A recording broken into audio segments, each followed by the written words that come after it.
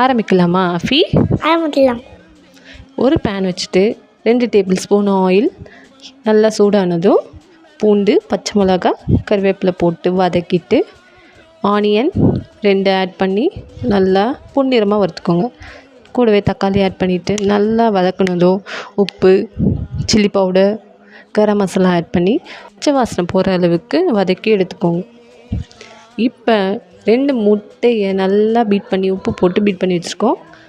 அதை ஆட் பண்ணிக்கலாம்.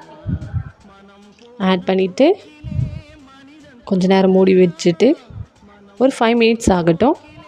ஆனதும் சூப்பரான சுவையான கறி முட்டை மசாலா ரெடி. ஸோ சப்ஸ்கிரைப் பண்ணுங்கள், லைக் பண்ணுங்கள் அண்ட் ஷேர் பண்ணுங்கள். சப்ஸ்கிரைப் பண்ணுங்க.